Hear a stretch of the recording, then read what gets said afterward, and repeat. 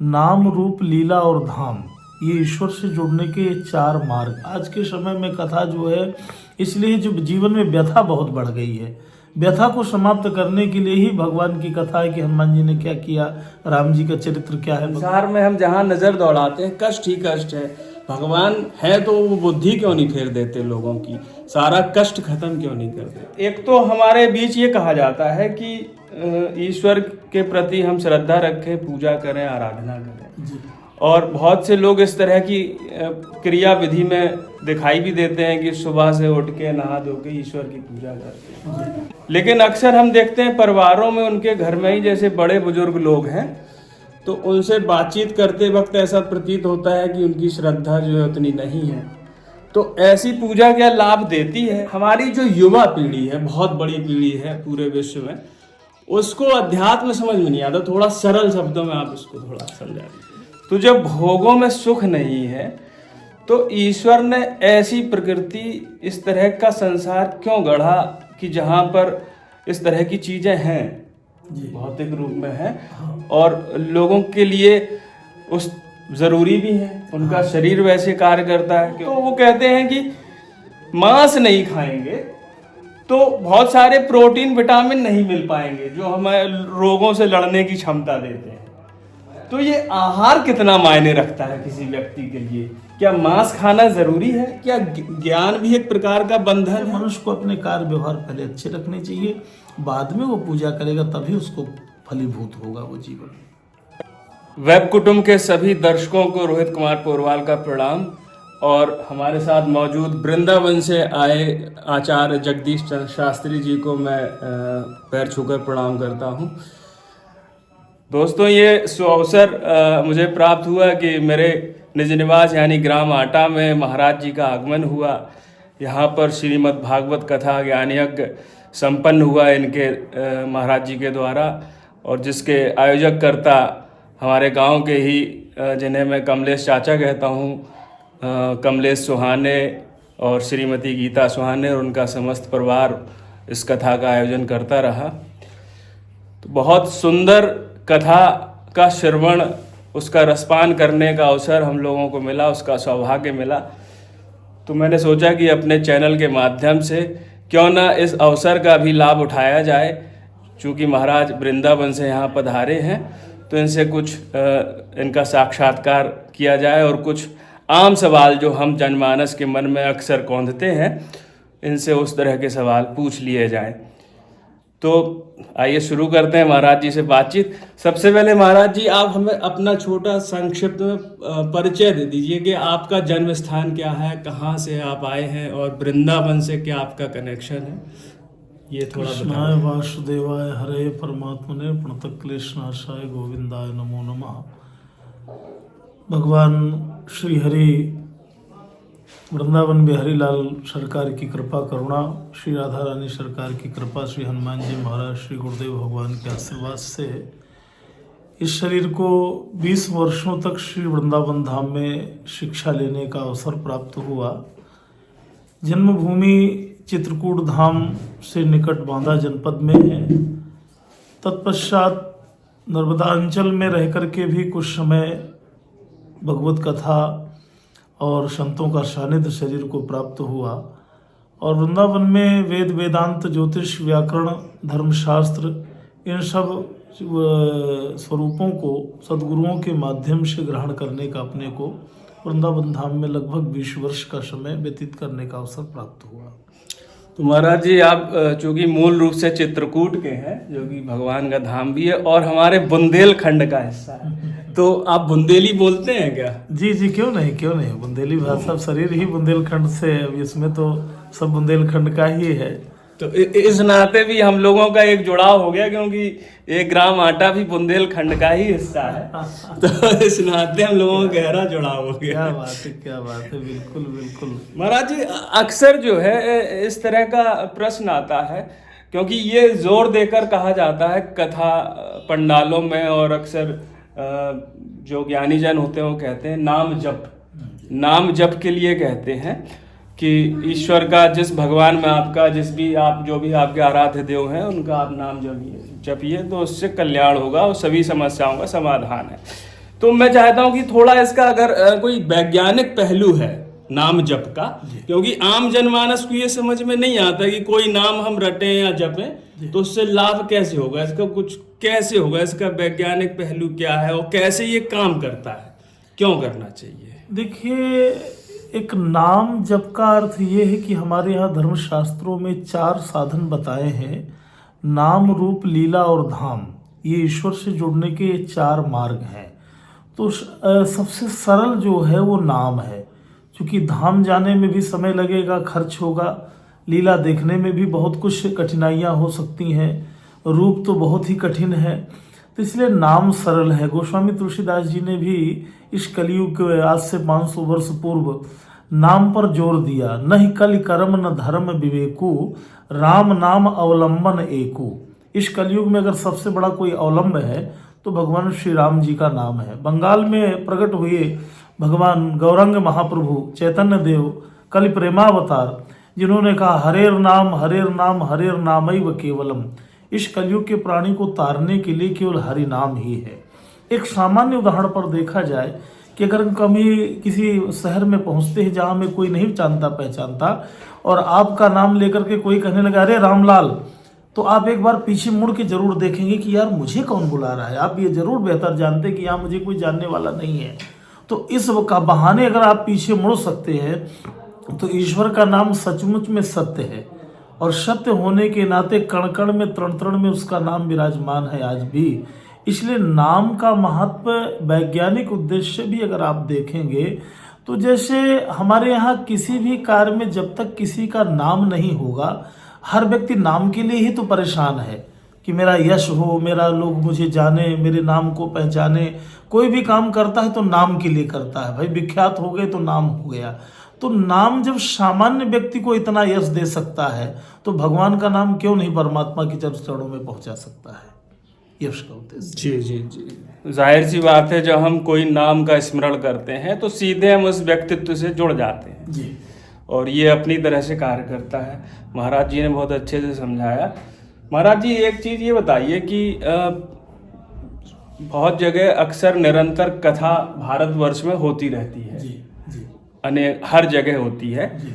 तो कथा सुनने से ज़्यादा लाभ होता है या कथा स्वयं उसको पढ़ें? देखिए, 2 जीवन में पहलू होते हैं, एक श्रवण और इसके बाद प्रैक्टिकल जीवन में। जैसे हर दिन कथा में सुनाया जाता है कि आप कथा से कुछ लेके जाइए। जैसे लास्ट कल विश्राम दिवस में भी मैंने कहा कि आप चढ़ाइए, क्या चढ़ाना है, मैंने कहा बुराई चढ़ाइए और यहाँ से कोई ज्ञान लेकर के जाइए, सद्ज्ञान जो आपको मिले। तो इसलिए कथा जीवन में सुनने से भी ज़्यादा बेहतर है कि उसको पढ़ कर के आत्मसात करने की आप कोशिश करें। भाई अगर पढ़ने में आपकी ज़्यादा रुचि है तो पढ़ करके भी आप उसमें जीवन में ढाल सकते हैं, सुनने में आपकी रुचि है तो सुन करके भी ढाल सकते हैं। जिस भी प्रकार से आप उस मार्ग में अपने को चला सकें, ये आपके लिए कल्याणकारी है। कथा का अर्थ ही होता है कि जीव को परमात्मा की मार्ग की ओर ले जाए। आज के समय में कथा जो है, इसलिए जो जीवन में व्यथा बहुत बढ़ गई है, व्यथा को समाप्त करने के लिए ही भगवान की कथा है कि हनुमान जी ने क्या किया, राम जी का चरित्र क्या है, भगवान श्री कृष्ण के आदर्श क्या है। उन आदर्शों को अपने बच्चों से, परिवार से, समाज में अगर ढालेंगे तो हमारे जीवन में आनंद ही आनंद हो जाएगा, सुख ही सुख हो जाएगा। बिल्कुल, सुख ही सुख हो जाएगा भगवान का अगर हम स्मरण करें। महाराज जी, हम ये देखते हैं कि अक्सर कथा पंडालों में जहाँ कथा होती है तो भव्यता काफ़ी देखी जाती है, और कई बार हमने देखा कि जो श्रद्धालु एकत्र होते हैं वो भव्यता से भी बहुत आकर्षित हो जाते हैं। कई बार इतना हो जाते हैं कि वो ही उसकी ही चर्चा रह जाती है कि इंतजाम बहुत बढ़िया था, साउंड सिस्टम बहुत अच्छा था। मतलब ये अक्सर ऐसी बातें हमने सुनी है कि कथा की चर्चा ना होके भव्यता की चर्चा होने लगती है। तो भव्यता का क्या अर्थ है कथा में? क्योंकि कई बार ऐसा होता है कि अगर कोई कथा हो रही है और अगर आसपास भव्यता उस तरह की नहीं है तो हमारी कल्पनाशीलता को एक विस्तार मिलता है। हम उस तरह से उन पात्रों को, उन चरित्र को अपनी कल्पना में ढाल लेते हैं और उसका उस तरह से रसपान करते हैं। तो क्या ये उतनी आवश्यक है या होनी चाहिए? इस पे थोड़ा सा आप प्रकाश डालिए। क्या है, देखिए समय के अनुसार जैसे समय बदलता जा रहा है, परिवर्तन होता जा रहा है। कल की परंपराएं कुछ दूसरी थी। कल लोग वटवृक्ष के नीचे भी कथा बैठ करके सुन लेते थे। 88,000 महापुरुषों ने जो नैमिषारण्य में कथा सुनी, एकदा नैमिषारण्य ऋषि सौनकादया पपुच्छुर्मुनि सर्वे सूतम पौराणिकम खलु। उस समय ना तो साउंड होता था, ना तो कोई पांडाल टेंट होते थे। तो उस समय की स्थिति कुछ ऐसी थी कि उसको जो व्यक्ति उस वस्तु को आत्मसात कर सकता था। आज के परिवेश में चूंकि व्यक्ति को भौतिकता का जीवन हो चुका, हम सब लोग भौतिक जीवन से जुड़ चुके हैं। तो भौतिक जीवन से जुड़ने के लिए हमें कहीं ना कहीं लोगों को आकर्षित करने के लिए कि किसी बहाने से उसको देख करके भी लोग अगर वहाँ बैठते हैं तो केवल सत्संग का लाभ दिलाना है कि उनको किसी तरीके से किसी भी भाव से व्यक्ति अगर वहाँ बैठेगा तो अंतिम में उसको प्रसाद तो सत्संग ही मिलना है ना। तो उसका मतलब ये नहीं है कि भौतिकता को बढ़ावा देना है, उसमें हमें आध्यात्मिकता को ही बढ़ाना है। और मूल तत्व उसका अध्यात्म ही है कि उनको अध्यात्म उनके अंदर कैसे प्रवेश कर जाए।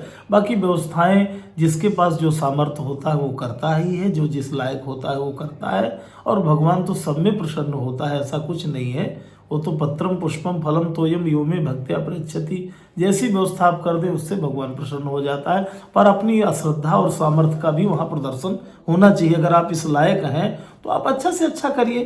कोई भगवान का मंदिर बनाता है, छोटा मंदिर बनाता है, एक बृहद मंदिर बनाता है, वृंदावन में ही आप चले जाइए। बाकी बिहार जी का दर्शन पहले जाते थे लोग, आजकल लोग प्रेम मंदिर जाते हैं, आजकल लोग इस्कॉन जाते हैं। तो उससे कोई इसका आधारशिला नहीं, उसको कुल मिला के भगवान को जोड़ना है। किसी भौतिक दृष्टि से भी अध्यात्म की ओर आप यात्रा करें, ये उसका वो उद्देश्य है और कोई ऐसा उद्देश्य नहीं। कुल मिलाकर सारा उपाय इसलिए है कि जनमानस आकर्षित हो उस स्थान की ओर और वहाँ पहुँचे किसी भी तरह से, और वहाँ पहुँचकर उसका लाभ ले सके, जो कि वास्तव में ईश्वर संबंधी तत्व है, उसका बोध कर सके, उसका लाभ ले सके, किसी तरीके से आकर्षित होकर वहाँ पहुँचे, कुल मिला के उस स्थान पर पहुँच जाए। इसका ये है। तो महाराज जी, अध्यात्म की बात हो रही है। मैंने कहीं पढ़ा है कि आत्मा पर अधिकार, आत्मा के अधिकारी हो तो आध्यात्मिक हो गया, और आत्मा पे अधिकार उसी से संबंधित है अध्यात्म यानी अध्यात्म। लेकिन हमारी जो युवा पीढ़ी है, बहुत बड़ी पीढ़ी है पूरे विश्व में, उसको अध्यात्म समझ में नहीं आता। थोड़ा सरल शब्दों में आप इसको थोड़ा समझा दीजिए। देखिए, शरीर और आत्मा ये एक दूसरे के पूरक हैं। जैसे अगर गहराई से देखा जाए तो शरीर अगर आत्मा से रहित हो जाता है तो वो मृत माना जाता है, उसे मुर्दा की संज्ञा कह देते हैं। और जब आत्मा शरीर से अलग हो जाती है तो लोग उसको प्रेत की संज्ञा दे देते हैं कि भूत प्रेत हो गया। और जब दोनों अगर एक साथ मिल गए तो उसको जीवित जागृत पुरुष की संज्ञा हो जाती है। तो उस स्थिति में आत्म तत्व का बोध होने का मतलब है कि आप अपने आप को पहचाने कि मैं कौन हूँ। मैं एक विशिष्ट मानव बन के आया हूँ, भगवान ने 84 लाख योनियों में मुझे मनुष्य बनाया है। तो सबसे ज़्यादा अगर कोई महत्वपूर्ण शरीर है तो ये मानव का शरीर है। गोस्वामी तुलसीदास जी ने मानस जी में कहा है, बड़े भाग मानुष तन पावा, सुर दुर्लभ सद ग्रंथन गावा, साधन धाम मोक्ष कर द्वारा, पाए न जहि परलोक संवारा, नायम देहो देह भाजाम न लोके। इसलिए सबसे ज़्यादा कोई महत्वपूर्ण शरीर है तो मनुष्य का शरीर। मनुष्य का शरीर प्राप्त करके हम आत्मबोध कि हमें क्या करना चाहिए, क्या नहीं करना चाहिए, अगर ये बातें हमें समझ में आ गई, इसी का नाम आत्मबोध है। कभी कभी हम भौतिकता की ओर भागते हैं, अर्थ की ओर भागते हैं, समाज की ओर भागते हैं, तो उसका ये मतलब नहीं है, वो भी आवश्यक है, पर वो कुछ है, सब कुछ नहीं है। सब कुछ अगर है तो वो आत्म तत्व है। आत्म तत्व का बोध होना माने ईश्वर का बोध हो जाना है। तो यही युवा पीढ़ी को हम जागृत करते हैं कि आप अपने कमाइए, जीवन चलाइए, परिवार को बसाइए, अच्छे कार्य करिए, पर उसके साथ साथ ये भी समझिए कि परमात्मा ने मुझे मानव बना के यहाँ भेजा है, उसके भी कोई उद्देश्य है, उसके भी कोई कार्य है, उस अनुरूप भी हम कोई कार्य करने की कोशिश करें। महाराज जी, एक बहुत महत्वपूर्ण प्रश्न जो अक्सर मेरे मन में भी आता है, और मैं जैसे आप कल कथा में जिक्र कर रहे थे प्रेमानंद महाराज जी का, तो वो अक्सर कहते हैं कि भोगों में सुख नहीं। जी। किसी भी प्रकार का भोग है, और इस मन की एक प्रकृति है नवम नवम, यानी हर पल नया चाहिए। तो जब भोगों में सुख नहीं है तो ईश्वर ने ऐसी प्रकृति, इस तरह का संसार क्यों गढ़ा कि जहाँ पर इस तरह की चीजें हैं, भौतिक रूप में हैं, और लोगों के लिए उस जरूरी भी है, उनका शरीर वैसे कार्य करता है। क्योंकि श्रीमद् भगवद गीता में एक जगह एक अध्याय है प्रकृति के 3 गुण। तो प्रकृति के 3 गुणों से भी हमारा शरीर प्रभावित है। तो उस तरह की चीजें ऑटोमेटिकली कार्य कर रही हैं। तो ये कैसे संभव है, और भगवान ने ऐसी प्रकृति फिर गढ़ी ही क्यों, ऐसे संसार की रचना क्यों की? नहीं, मतलब ये जो संसार बना है ये 3 तत्वों से बना हुआ है, सत्व, रज और तम, ये 3 गुण हैं। इसके बाद 5 महाभूत और 5 तन्मात्राएं, पृथ्वी, तेज, वायु, आकाश और जल, ये 5 महाभूत हुए। इन 5 महाभूतों को समझने के लिए शब्द, स्पर्श, रूप, रस और गंध, ये 5 चीजें बना दिया। भाई आपको क्या है, वायु कैसे समझेंगे आप, वायु दिखती तो नहीं है, तो उसके समझने के लिए स्पर्श बना दिया, जो बॉडी से टच करेगी तो आपको लगेगा कि नहीं वायु चलने लगी है। जल में रस तत्व का निर्माण कर दिया, जल खारा है कि मीठा है, तो जिह्वा बता देगी कि पानी बड़ा, ये तो जल बहुत खारा हो गया। तो उसको जानने के लिए उन्होंने उसका एक स्वरूप और बना दिया, उसकी तन्मात्रा है, उसको तन्मात्रा कहते हैं। 5 महाभूत और उनकी 5 तन्मात्राएं, इसलिए उनको समझने पर ये संसार परमात्मा ने जैसे भौतिक बनाया है, तो हमें भौतिकता में जब तक हम रहते हैं तो संसार अच्छा लगता है।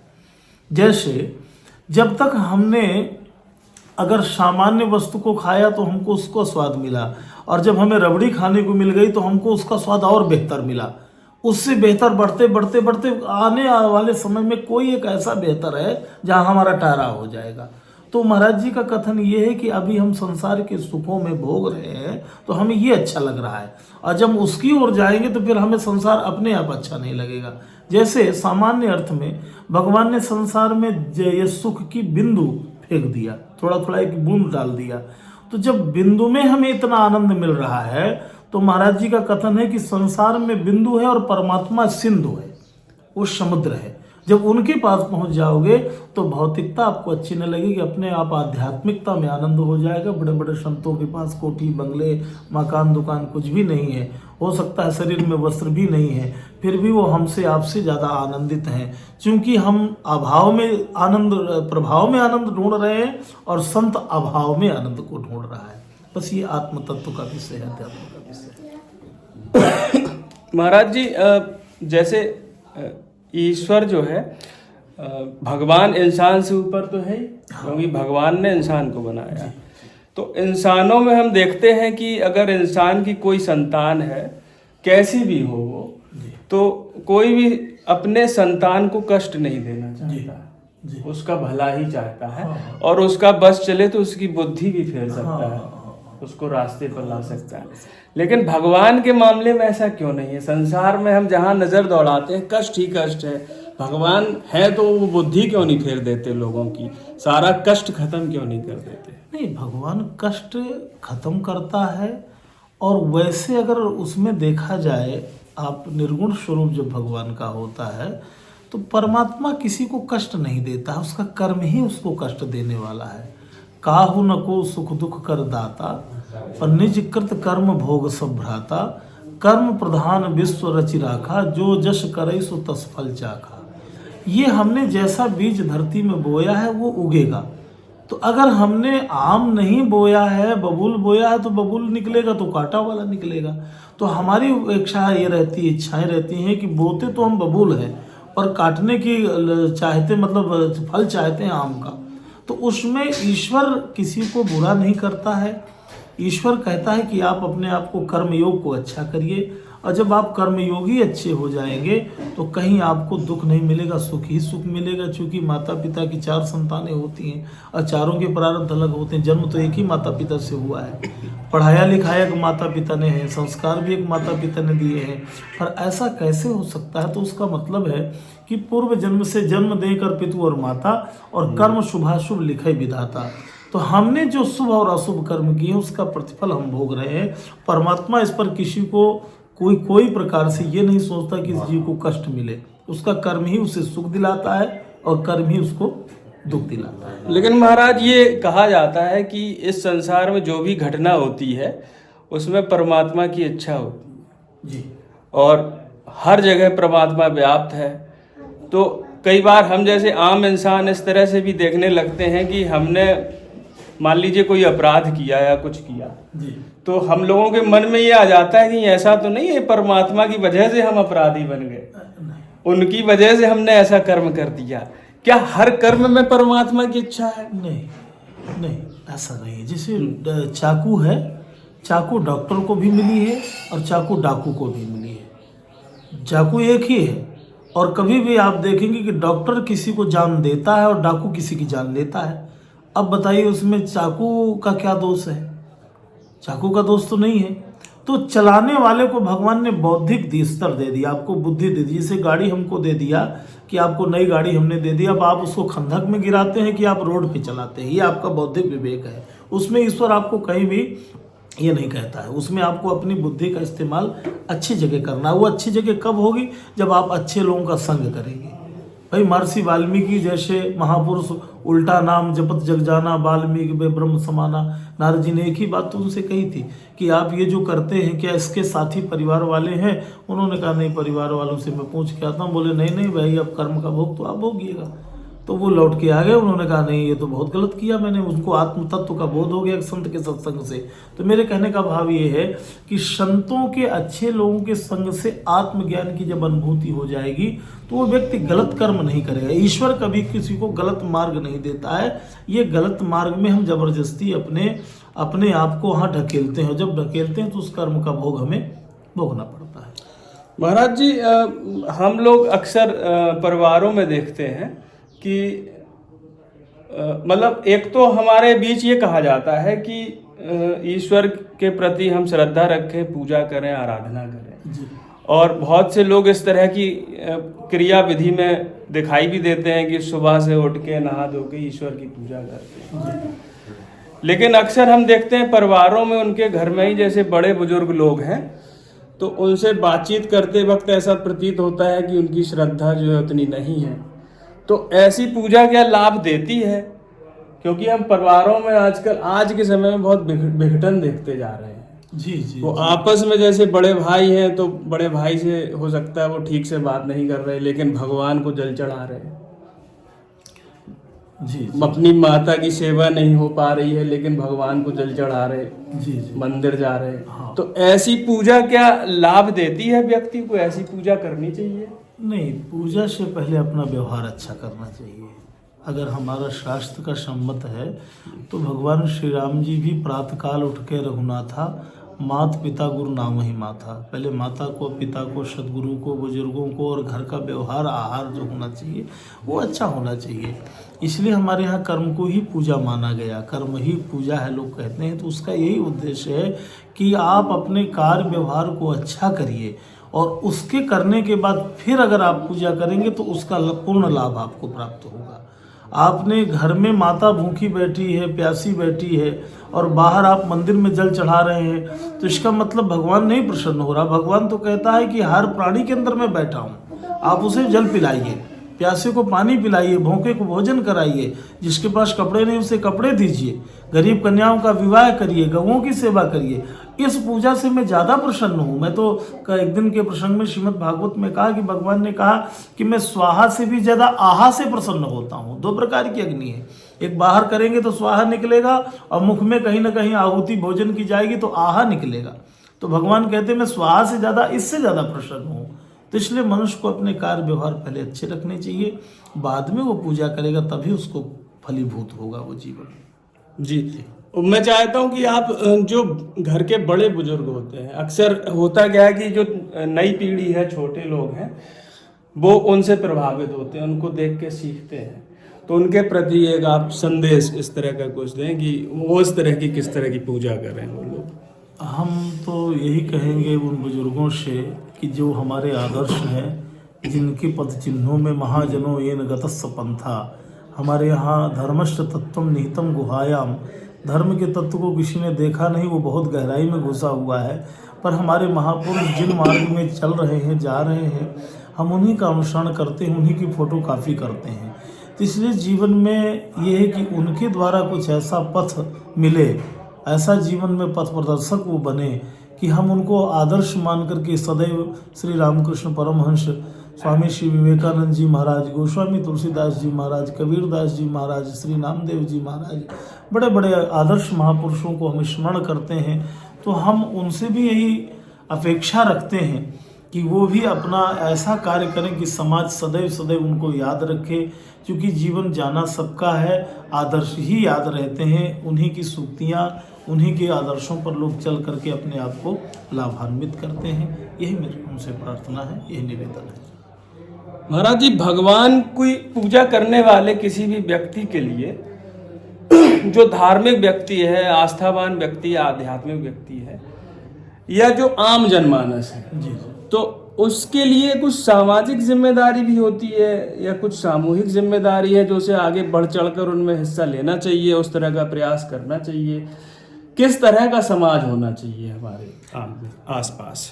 भाई देखिए, परमात्मा जो है श्रीमद् भगवत गीता में कई योगों का उन्होंने स्मरण कराया अर्जुन को। पहले कर्म योग सिखाया, इसके बाद फिर भक्ति योग, ज्ञान योग, संन्यास योग, प्रपत्ति शरणागति योग। तो पहले व्यक्ति को कर्म योगी होना चाहिए कि उसका एक दायित्व है कि मेरे दायित्व में क्या कर्म है, पहले इनको मैं समझ लूँ। मानवता के क्या कर्म होते हैं, अच्छे मानव के क्या कार्य होते हैं, और मुझे कैसे लोग अच्छा कह पाएंगे कि मैं ठीक है। समाज में मैंने कोई वृक्ष लगा दिया, वृक्षारोपण कर दिया, तो आम का वृक्ष लगा, जब लोग फल खाएंगे तो कहेंगे फला व्यक्ति ने लगाया था। किसी ने तालाब खुदवा दिया तो कहते थे भाई वो जब भले ही चला जाए, पर कहने लगे उन्होंने तालाब खुदवाया, कुआं खुदवाया, बावड़ी लगवाया, करवाया, पाठशाला, धर्मशाला, गौशाला। तो व्यक्ति को समाज में ऐसा जीवन जीना चाहिए जिससे समरसता समाज में फैले और समाज में लोग एक दूसरे से सौहार्द से जिए, एक दूसरे से भाईचारा से जीने की कोशिश करें, एक दूसरे के सुख दुख में भी काम आए। कहीं यही मानवता का सच्चा पाठ है। अगर हमने ये सीख लिया तो मानव सेवा ही माधव सेवा के रूप में संचालित हो जाती है। महाराज जी, एक बड़ा ही छोटा प्रश्न है और अहम भी है कि अक्सर जो है पढ़े लिखे लोगों को मैंने कहते सुना है कि जैसे मैं उनके संपर्क में हूँ, मैं भी हूँ कुछ लोगों के, तो एक जैसे अभी थोड़ी देर पहले आप आहार संबंधी बात कर रहे हो, तो वो कहते हैं कि मांस नहीं खाएंगे तो बहुत सारे प्रोटीन विटामिन नहीं मिल पाएंगे जो हमें रोगों से लड़ने की क्षमता देते हैं। तो ये आहार कितना मायने रखता है किसी व्यक्ति के लिए? क्या मांस खाना जरूरी है? नहीं, देखिए ये मांसाहार मानव का नहीं है, और हमारे आर्ष परंपरा में, पुरानी ऋषियों की परंपरा में ये शरीर, मानव के शरीर को मांसभक्षी नहीं बनाया गया।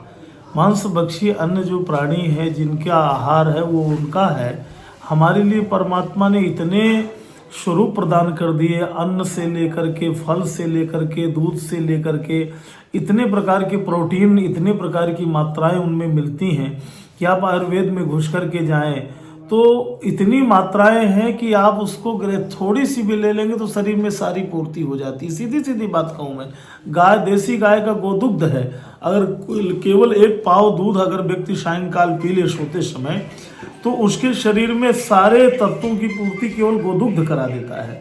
चने इत्यादि में इतनी प्रोटीन है, मूंग की दाल में इतना प्रोटीन है, अन्य कितनी चीज़ें हमारे यहाँ जो जौ है, अन्य है, बहुत से बाजरे हैं, ऐसे बहुत से भगवान ने हमारे 56 प्रकार के भोगों को संचार कर दिया, सृष्टि में दे दिया हमें। तो हम मांसाहार हमारा भोजन नहीं है, और मांसाहारी जीव कभी सुखी नहीं है, उसके शरीर में रोग की, व्याधि की समस्याएं बहुत बढ़ेंगी। इसलिए हमें शुद्ध शाकाहारी होने की ज़रूरत है।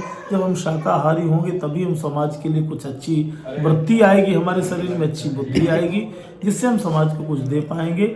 मांसाहार हमारे मनुष्य समाज के लिए श्रेष्ठ नहीं माना गया। बिल्कुल, मांसाहार श्रेष्ठ मनुष्य समाज के लिए कतई नहीं है, मैं इससे सहमत हूँ। और महाराज जी, आपकी संभवतः किसी का फोन आ रहा है, कोई बात नहीं। महाराज जी, हम आपकी कथा का श्रवण हमने किया और ग्राम के ज़्यादातर लोगों ने आपकी कथा का श्रवण किया, और हम लोगों के बीच में, आम जनमानस के बीच में इस बात की चर्चा है कि महाराज जी की वाणी बहुत मधुर है। महाराज जी की भाषा बहुत अच्छी है। महाराज जी जो बोलते हैं वो समझ में आता है और सीधे हृदय में बैठता है और कर्णप्रिय वाणी है। तो महाराज जी आज के परिवेश में हम देखते हैं हमारे आसपास ही वाणी संबंधी विकार बहुत दिखाई देता है। छोटे छोटे बच्चे, बड़े तो छोड़िए, छोटे छोटे बच्चे माँ और बहन की गाली ऐसे देते हैं कि जैसे कोई बात ही नहीं, मतलब बड़ी आम सी बात है। और बहुत से लोग कहते हैं कि यार हम क्या करें, हमें पता ही नहीं चलता हमने कब गाली दे दी, हमारे मुंह से कब गाली निकल गई हमें पता ही नहीं चलता, वो आदत में इस तरह से आ गया है। तो ये वाणी का क्या प्रभाव होता है और इस तरह की आदत है तो ये सही है कि गलत है और कैसी होनी चाहिए? क्योंकि आपने कल कथा में मैं सुन भी रहा था, आप कह रहे थे कि वागभूषणम होना चाहिए व्यक्ति को, कि वाणी ही मनुष्य का असली आभूषण होती है। तो थोड़ा इसको आप सरल भाषा में और विस्तार से बता दीजिए कि हमारी युवा पीढ़ी, छोटे बच्चे भी इस वीडियो को देखें या बड़े देखें, कोई भी व्यक्ति देखे तो वो ये समझ पाए कि वाणी का कितना महत्व है।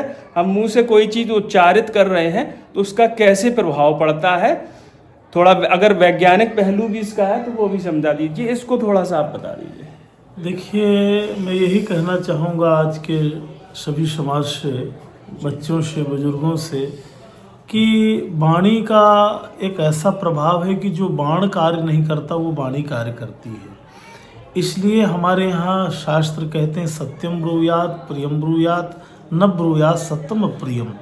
सत्य बोले, प्रिय बोले, पर अप्रिय वाणी किसी को ना बोले, अप्रिय सत्य भी ना कहें कि जिससे किसी को व्यथा उत्पन्न हो जाए। दूसरा भाव है कि जैसा खाओ अन्न वैसा हो मन, जैसा पियो पानी वैसा बोलो वाणी। इसका भी बड़ा महत्व है। तो आज के समाज में बोलचाल की भाषा में कुछ ऐसे अपशब्दों का प्रयोग होने लगा कि हमको ये महसूस नहीं होता कि हम किसी को बुरा बोल रहे हैं, वो एक आदत पे हो गया। जैसे लैंग्वेज जो बोलते हैं, भाषा बोलते हैं, तो कभी कभी हमको ये नहीं पता चलता कि हमने ऐसा क्या बोल दिया, पर चूंकि उस पर हमारा चिंतन नहीं होता है। तो वाणी ऐसी बोलिए, तो कबीरदास जी ने भी कहा है कि औरों को शीतल करे आप शीतल होए, और दूसरों को भी शीतल करे और अपने आप को शीतल कर दे। क्योंकि वाणी अगर कठोर हुई तो उस कठोरता का परिणाम ये होता है कि आज समाज में जो भी दुष्परिणाम दिख रहे हैं, बुराइयां दिख रहे हैं, लड़ाई झगड़े दिख रहे हैं, वाणी से ही लड़ाई झगड़ा हो जाए। थोड़ा किसी ने कुछ ऐसा बोल दिया तो झगड़ा खड़ा है। इसलिए संसार में अगर सबसे बड़ा कोई अस्त्र आपका है तो वाणी है। किसी से मीठी भाषा बोल करके आप कोई भी कार्य करा सकते हैं। कैसा भी कोई कठिन से कठिन कार्य है, पर वो कार्य केवल वाणी मात्र से, किसी को प्रणाम करने से, अभिवादन करने से, अच्छी भाषा बोलने मात्र से जीवन का कल्याण होता है, समाज का कल्याण होता है। साथ में आप रामचरितमानस के उत्तरकांड में आप देखेंगे तो गोस्वामी तुलसीदास जी ने एक भाषा कही कि कौवे की भाषा वैसे बड़ी कड़वी होती है, कोयल बहुत मीठी होती है। कोयल किसको क्या देती है, कौवा किसका क्या लेता है, पर भाषा के कारण से लोग कोयल को पसंद करते हैं और कौवे से लोग दूरी बनाते हैं। तो एक वाणी का ही प्रभाव है। पर एक ऐसा उदाहरण रामचरितमानस में है कि वहाँ का कौवा भी मीठा बोलता है। गोस्वामी जी ने कहा कि मधुर वचन बोले जब कागा, बोले कागा, बोले कौवा मधुर कैसे बोलने लगा? तो उन्होंने कहा कि इनके अंदर राम रस भरा हुआ है। जब व्यक्ति के अंदर अच्छा आनंद या अच्छे संस्कार रूपी रस भर जाते हैं तो उसकी वाणी अच्छी ही निकलने लगती है, परिष्कृत वाणी निकलने लगती है। कल भी मैंने कथा में कहा कि हाथों को कंगन नहीं सजाते हैं, गले को गले का और जो सुवर्ण का आभूषण है वो नहीं सजाता है। इसलिए संसार में अगर सबसे बड़ा कोई आभूषण है तो वाग्भूषणम भूषणम, वाण्य का समलं करोति पुंसाम यस संस्कृताधार्यते।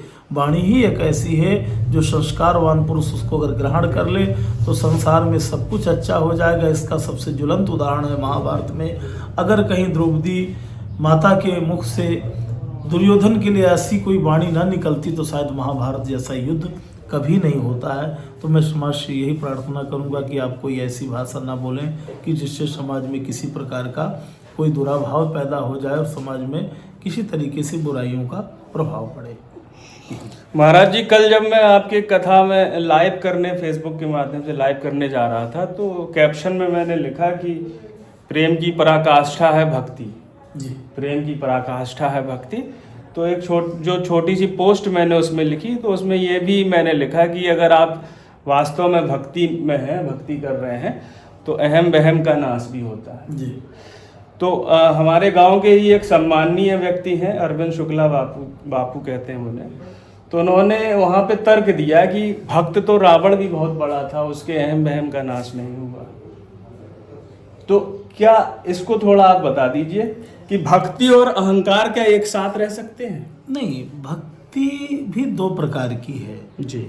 एक सकाम और एक निष्काम। तो जो सकाम भक्ति करता है व्यक्ति, तो वो भगवान से मांगता है कि मुझे बल चाहिए, धन चाहिए, यश चाहिए, प्रतिष्ठा चाहिए। तो जब ये मांग करके हम लाते हैं तो वो भक्ति कभी कभी अहंकार भी शरीर में पैदा करती है। ज़्यादा विद्या आ जाएगी तो विद्वता का अहंकार हो जाएगा, ज़्यादा धन आ जाएगा तो धन का अहंकार हो जाएगा, ज़्यादा संसार में बल हो गया तो बल का अहंकार हो जाएगा। इसलिए हमारे यहाँ एक श्लोक आया है, विद्या विवादाय धनम मदाया शक्ति परेशान परिपीडनाया।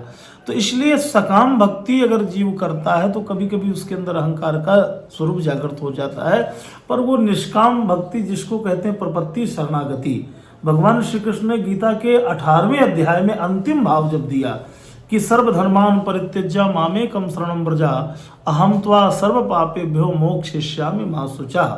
अगर जीव मुझ में समर्पित हो जाता है कि मेरे परमात्मा आप ही सब कुछ हैं, मुझे आपसे कुछ चाहिए नहीं, मैं केवल निष्काम भक्ति लेने आया हूँ, जाहि न चाहिए कबहु कुछ प्रभुसन सहज सने, मुझे केवल भगवान का प्रेम चाहिए।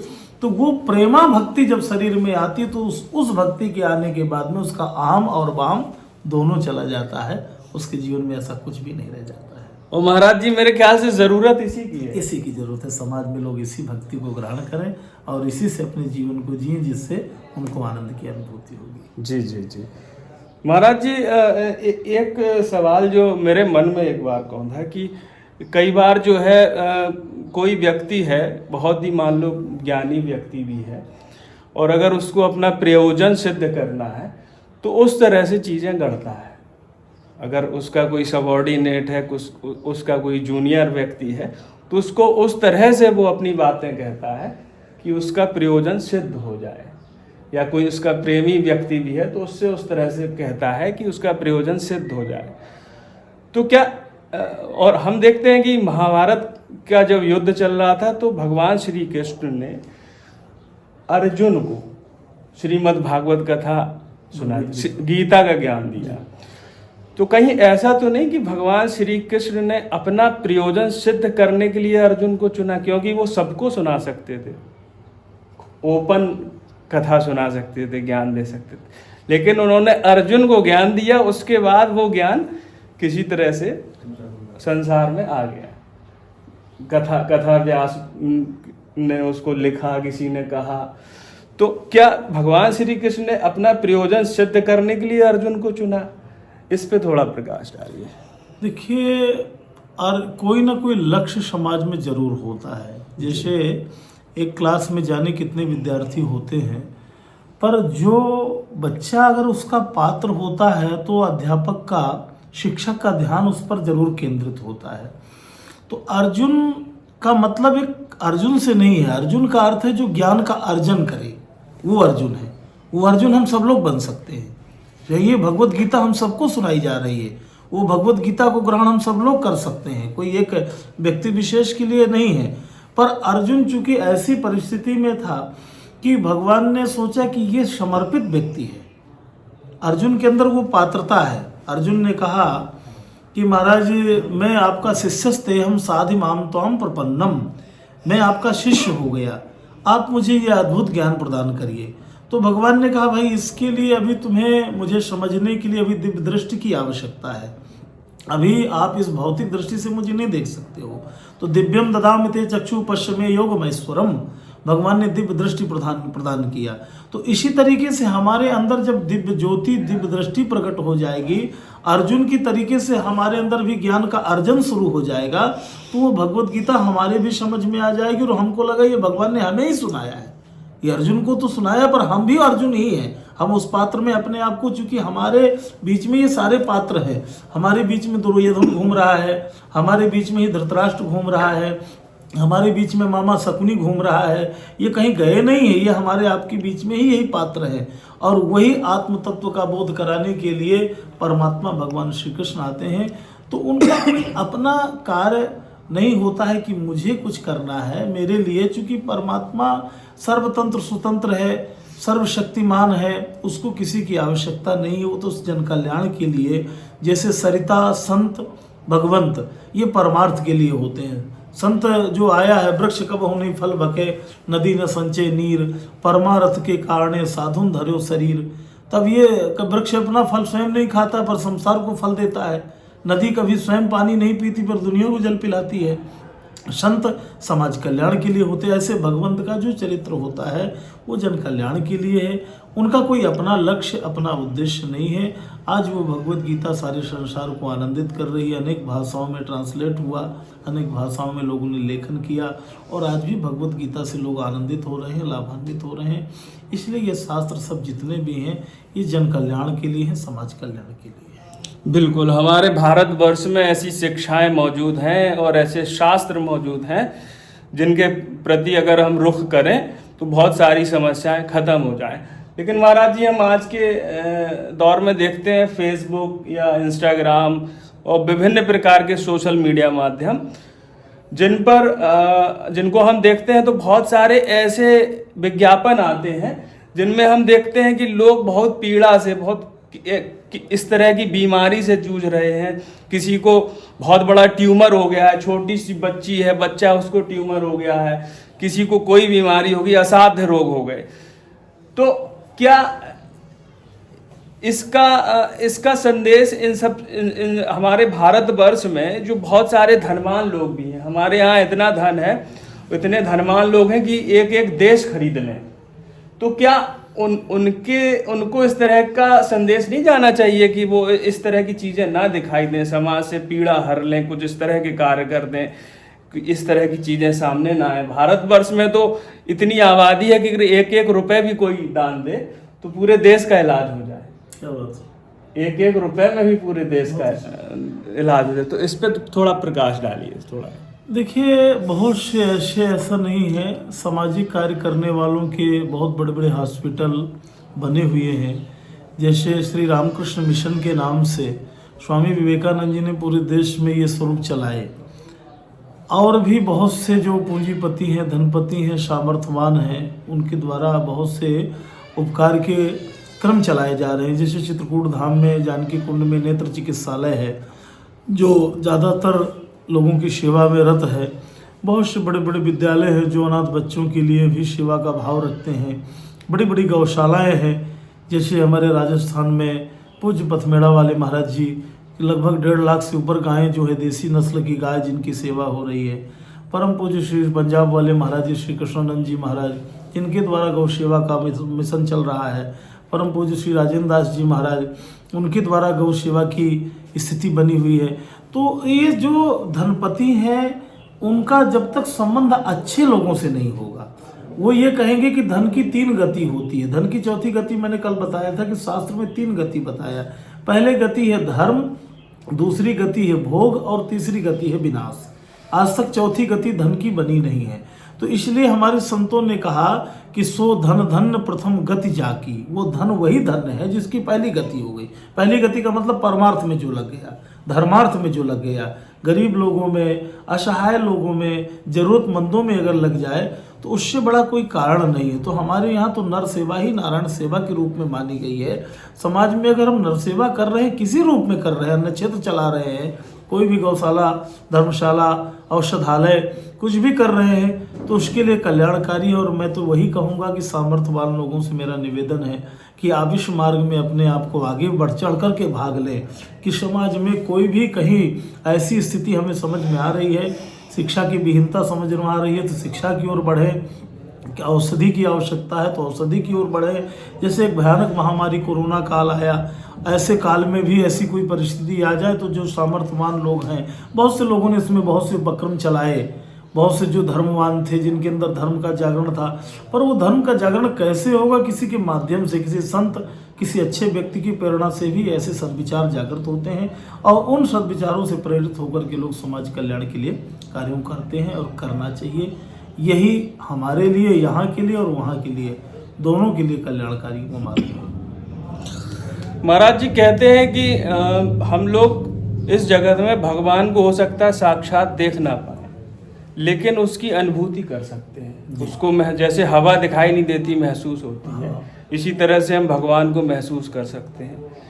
लेकिन चूंकि हमारी इंद्रियां प्रकृति के 3 गुणों के प्रभाव में रहती हैं, तो क्या इस शरीर से भगवान तत्व की वास्तविक अनुभूति होना और उस परम आनंद को महसूस करना, क्या ये जो है ये ऐसा हो सकता है, ऐसा संभव है?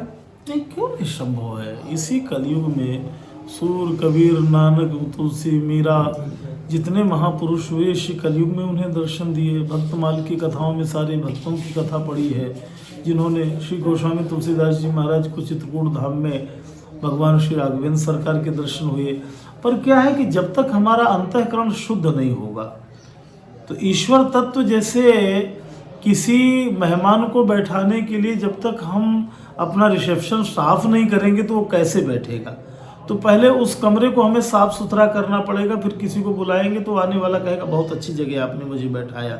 उसी तरीके से हमारा हृदय भी एक आंगन है, और इस हृदय के आंगन में मन, बुद्धि, चित्त और अहंकार, ये 4 समाये हुए हैं। तो इनकी शुद्धिकरण जब हो जाए, शुद्ध अवस्था जब हो जाए, तो ईश्वर दूर नहीं है। सब घट मेरो साइया, खाली घट नहीं कोय, बलिहारी व घटन की बलिहारी व घटन की जाघट परघट होए। इसलिए जो परमात्मा का स्वरूप है अपने आप प्रकट हो जाता है। पर जब मन, बुद्धि, चित्त, इंद्रियाएं हमारी जितनी शुद्ध होंगी, तो परमात्मा का साक्षात्कार, परमात्मा कहीं गया नहीं है। परमात्मा तो आज भी यही है और सदैव रहना है। भगवान नहीं रहेगा तो संसार कैसे रहेगा। इसलिए परमात्मा की सत्ता से ही संसार वर्तमान है, विद्यमान है। और कल भी मैंने कितने महापुरुषों को उदाहरण दिए। पूज्य धारकुंडी वाली सरकार का स्मरण किया कि जिन्होंने इस जन्म में भी भगवत साक्षात्कार किया, आज भी उनका शरीर विद्यमान है। महाराज जी का लगभग 100 वर्ष के करीब पूर्णता की ओर है उनका, तो 100 वर्ष की आयु उनके शरीर में हुई। स्वामी श्री देवराहा बाबा जी महाराज, नीम करोली वाले बाबा महाराज, ऐसे अद्भुत संत अभी कुछ समय पूर्व हुए। उड़िया बाबा जी, हरि बाबा जी महाराज, जो अभी के संत हैं जिनको भगवान के दर्शन हुए। और जो जितना शुद्ध हो जाएगा उस तरह से परमात्मा की प्राप्ति जीव को हो सकती है। महाराज जी, जब हम देखते हैं कि ईश्वर की कृपा भी दिखाई नहीं देती, लेकिन ये समझ में आता है कि फला व्यक्ति पर कृपा है या ईश्वर की कृपा होने लगी है। बहुत से लोग दावा करते हैं कि उन्हें महसूस होता है। तो जब कृपा होती है तो बहुत सारे भौतिक सुख भी मिलने लगते हैं। और व्यक्ति के ज्ञान चक्षु खुल जाते हैं, उसको ज्ञान की प्राप्ति हो जाती है। तो क्या ज्ञान भी एक प्रकार का बंधन है? क्या ज्ञान भी एक प्रकार का बंधन है? और जैसे कि हम देखते हैं कि 2 सवाल मिक्स कर रहे हैं कि आदि दैविक, आदि भौतिक और आध्यात्मिक ताप कहा गया है। तो अध्यात्म के प्रति जबकि लोग रुख करते हैं, अध्यात्म के प्रति कहा जाता है कि उन प्रवृत्त हों, तो आध्यात्मिक ताप कैसे है? और मतलब मूल सवाल ये है कि क्या ज्ञान भी एक प्रकार का बंधन है और आध्यात्मिक ताप कैसे है? नहीं, वो आध्यात्मिक ताप वो नहीं है जी, उसका अर्थ दूसरा हो गया जी। दैविक भौतिक जी तापा और राम राज्य काहू नहीं व्यापा, तुलसीदास जी रामायण में लिखा। तो कहने का मतलब है कि दैविक ताप ये है जिसको हम आध्यात्मिक कह देते हैं कि जब हम कोई गलत कार्य करेंगे तो उसका हमें परिणाम भोगना ही पड़ेगा। तो वो क्या होता है कि परिणाम हमने पूर्व में कुछ गलत किया होगा, उसका परिणाम हमें किसका, दैविक माने जैसे बिजली प्रपात हो जाना, वो दैविक स्थिति में हो गया, उसी को आध्यात्मिक कह देते हैं। मतलब दैवी गति लोग कहते हैं। तो वो दैविक ताप हमारे कर्म का ही प्रभाव है। लेकिन महाराज जी, मैं क्षमा चाहूंगा, आपको टोक रहा हूँ। जैसा कि मैंने पढ़ा था कि आदि दैविक, आदि दैविक, आदि जो कि दैवी, और आदि भौतिक यानी कि भौतिक रोग हो जाते थे। और उसी में था कि आध्यात्मिक का। तो ये आदि दैविक और आध्यात्मिक एक ही है या ये अलग अलग? नहीं, देखिए उसको आप जैसे एक शब्द के पर्यायवाची कई होते हैं। भले आप समझिए। तो पर्यायवाची शब्दों में ही इन शब्दों का स्वरूप बन जाता है, पर सरल भाषा में इसलिए गोस्वामी जी ने दैविक, दैहिक, दैविक और भौतिक ये तीनों शब्दों का इस्तेमाल किया। बहुत सरल है, इससे ज़्यादा सरल आपको शब्द नहीं मिलेगा, क्योंकि तुलसीदास जी महाराज की जो भाषा है वो ग्राम्य भाषा है, बोलचाल की भाषा है, जो समाज जिसे समझ सकता है। तो दैविक, दैहिक माने देह में रोग उत्पन्न होना, दैविक माने आकाश से बिजली गिर जाना, और भौतिक माने वाहन से वाहन टकरा जाना। ये पंचभूतों से बना हुआ जो है भौतिकता। तो ये तीनों चीज़ें हमारे जीवन में क्यों आती हैं? क्योंकि पाप के फल का नाम ही ताप है। ताप माने कष्ट। जो हमने पूर्व में किया वही हमारे जीवन में फल बन करके आ गया और हमें कष्ट दे करके चला गया। अब वो किस रूप में आएगा वो हम नहीं जानते हैं, वो केवल ईश्वर जानता है। पर वो कर्म का विधान है कि हमें भोगना ही पड़ेगा। बड़े बड़े संतों को देखा गया है कि उनके शरीर में भयानक रोग उत्पन्न हो गया। कल मैंने एक चर्चा किया था जी। पर उसका मतलब मैंने एक शब्द कहा था कि रोग की दवा है पर भोग की दवा नहीं है। अगर आपको रोग है तो ठीक हो जाएगा, पर कर्म का भोग है तो भोगना ही पड़ेगा। जो काया से पातक होई, जिन बिन भोगे छूटे नहीं सोई। ये बिना भोगे नहीं छूटेगा। इसलिए आप ये मान के चलिए कि ये तीनों ताप का अर्थ ही है कष्ट। और हमने जो पूर्व में किया है वही हमको फल के रूप में आ रहा है सामने। और तो महाराज जी ज्ञान भी एक प्रकार का बंधन है? नहीं, ज्ञान बंधन नहीं है, पर ये जो जनरल ज्ञान है, आज को हम कहें भौतिक ज्ञान जो है ये बंधन करेगा। और हाँ, और जो आध्यात्मिक ज्ञान है वो फिर बंधन नहीं, वो बंधन मुक्त कर देगा। चलिए, इशारा संकेत हो रहा है कि आपकी अन्य जिम्मेदारियां भी हैं यहाँ पर, और जाहिर सी बात है जब आप यहाँ पर मौजूद हैं तो आपसे ये हम लोग भी आशा करते हैं कि सारे कार्य अच्छे से संपन्न हो। लेकिन ये चर्चा, ये बातचीत मुझे बहुत आनंद दिया इसने। और हमारे जो भी दर्शक देखेंगे कृपया कमेंट करके बताएं आपको कैसी लगी ये चर्चा और ये सवाल जवाब। और अगर आपका कोई सवाल है तो आप कमेंट करके लिखिए। जहाँ तक संभव होगा तो महाराज जी को व्हाट्सएप कर देंगे, उनसे पूछ लेंगे फिर से, क्योंकि मैं चाहता हूँ कि इस तरह के सवाल जवाब हमारे आपके उत्थान के लिए बहुत ज़रूरी हैं। इनसे एक समझ बनती है। तो महाराज जी बहुत बहुत धन्यवाद। और अगर आखिर में अगर आप अपने तरफ से कोई संदेश देना चाहते हो तो आप संक्षेप में दे सकते हैं। मैं यही कहूँगा कि समाज कल्याण में लगे। सर्वे भवन्तु सुखिनः, सर्वे सन्तु निरामयाः, सर्वे भद्राणि पश्यन्तु माँ कश्चित् दुःख भाग् भवेत्। हर प्राणी के प्रति समरसता का भाव रखिए, हर व्यक्ति के प्रति अच्छा कार्य करने की कोशिश करिए। समाज कल्याण जिससे हो, सबका हित जिसमें हो, ऐसे कार्यों के लिए हम समाज में करेंगे तो समाज भी कल्याण होगा और अपना भी कल्याण होगा। इन्हीं सब बातों के साथ में जय जय श्री राधे, जय जय श्री राम, हर हर महादेव। हर हर महादेव। और कृपया वीडियो को लाइक करें, शेयर करें, और अगर अभी तक आपने चैनल को सब्सक्राइब नहीं किया तो सब्सक्राइब जरूर करें। महाराज जी का भी एक चैनल है, जगदीश शास्त्री नाम से आप सर्च करेंगे मिल जाएगा। अध्यात्म रस सर्च करेंगे तो मिल जाएगा। बता दीजिए। अध्यात्म रस जगदीश चंद्र शास्त्री के नाम से है। आप उस पर जाएंगे तो अनेक कथाओं का, अनेक ज्ञान के स्वरूपों का चिंतन, दर्शन करने का अवसर आपको प्राप्त होगा। जय जय श्री राम, जय जय श्री राम। महाराज जी प्रणाम। और आप सभी लोगों को प्रणाम।